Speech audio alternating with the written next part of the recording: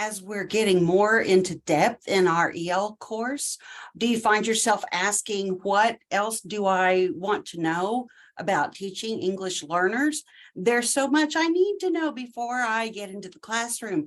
And you're right about that. There are many strategies and other ways that we can use to really make connections with our students. So as we're getting into that, what you're going to do for this assignment, the ELL video project, is you're going to narrow down the topic to something that you can focus on in just a short 3 to 4 minute video.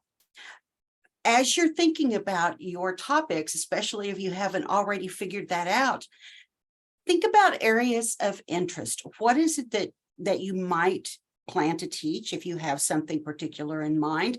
Maybe you want to be a 3rd grade reading teacher. Maybe you want to be a 7th grade social studies teacher. Maybe you want to teach physical education. And in all these courses, you are very likely going to have English language learners. As you're thinking about topics, consider things such as academically gifted language learner students, or commonly used strategies that may not be as effective as others, or maybe something as easy as creating a welcoming classroom, or using strategies for a particular content area or for a particular grade level.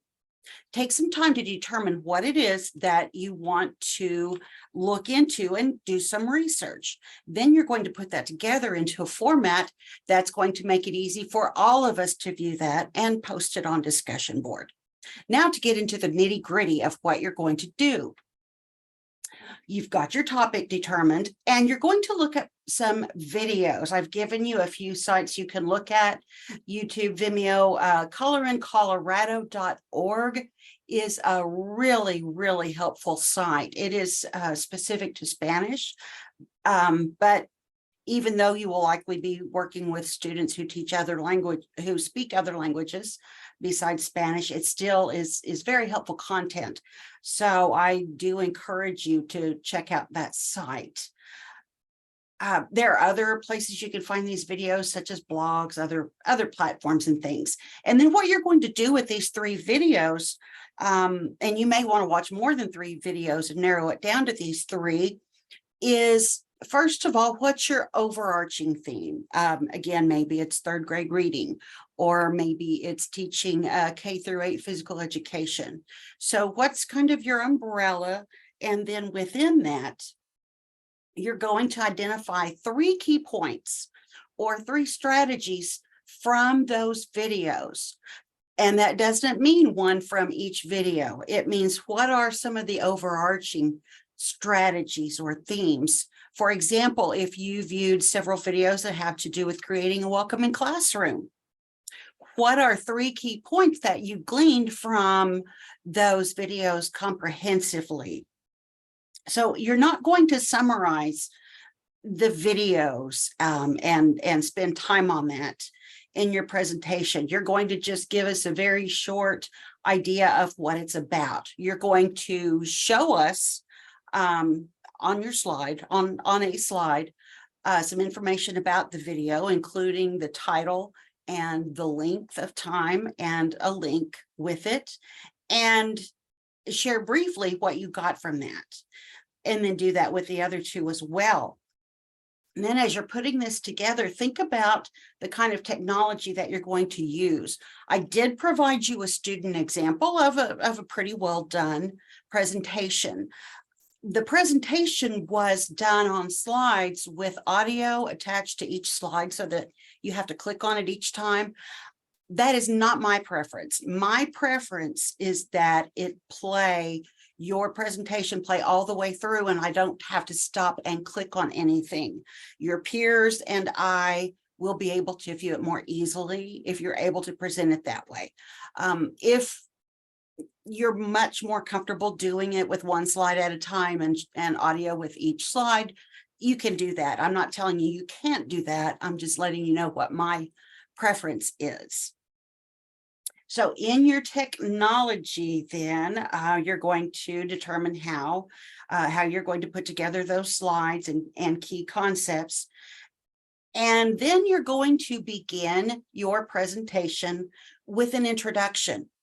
Your introduction should have to do with what your concept is.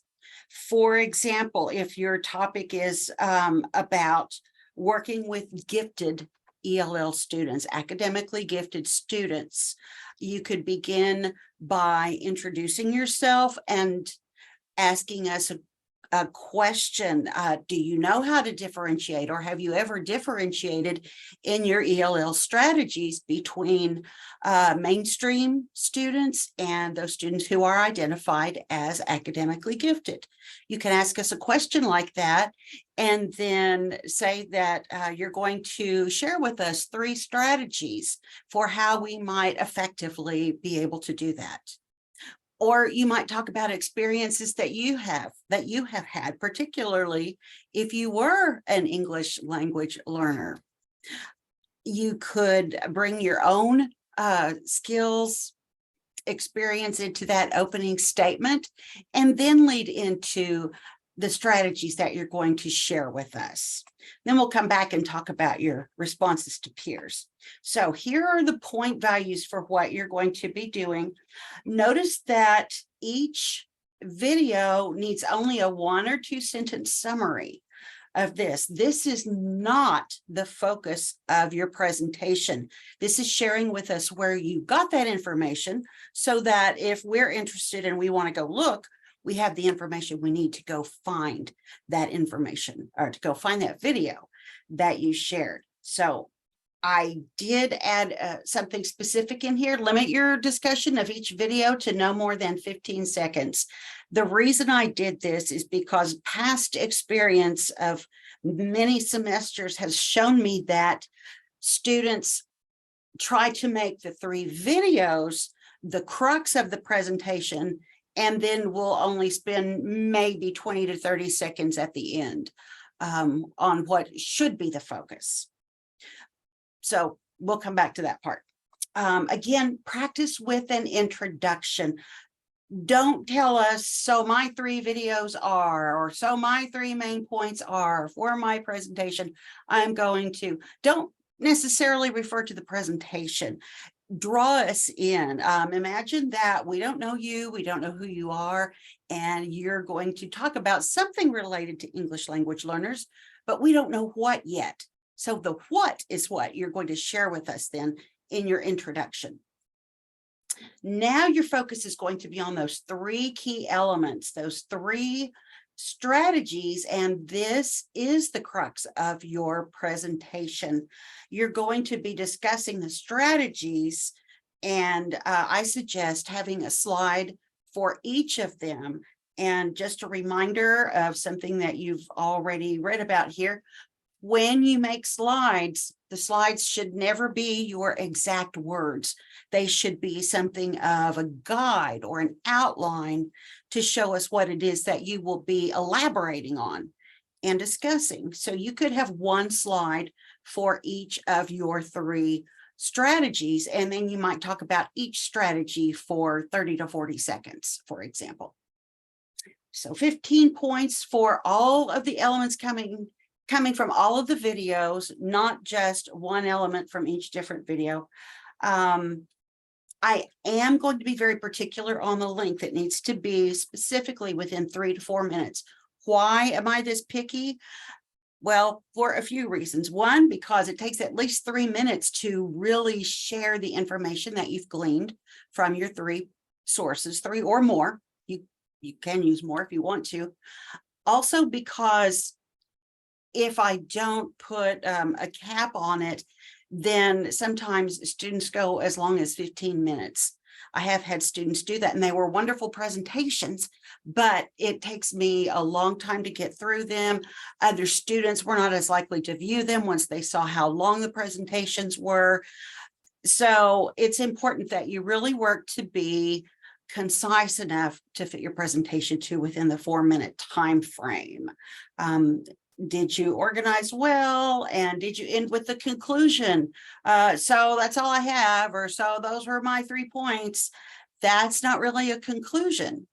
Your conclusion, just like an essay would, should tie together the points that you have just made.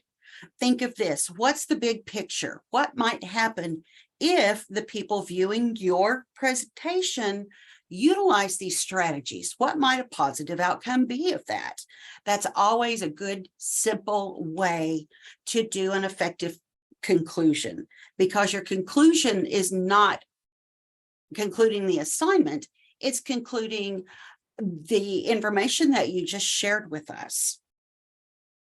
And then the next day, you'll have 3 well-developed responses to peers due. So those will be on that Tuesday following the Monday that this assignment is due.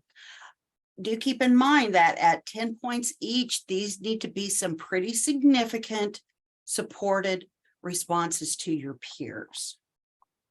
All right, I am looking forward to seeing what you come up with, to seeing some of the diverse topics that you come up with in doing this presentation.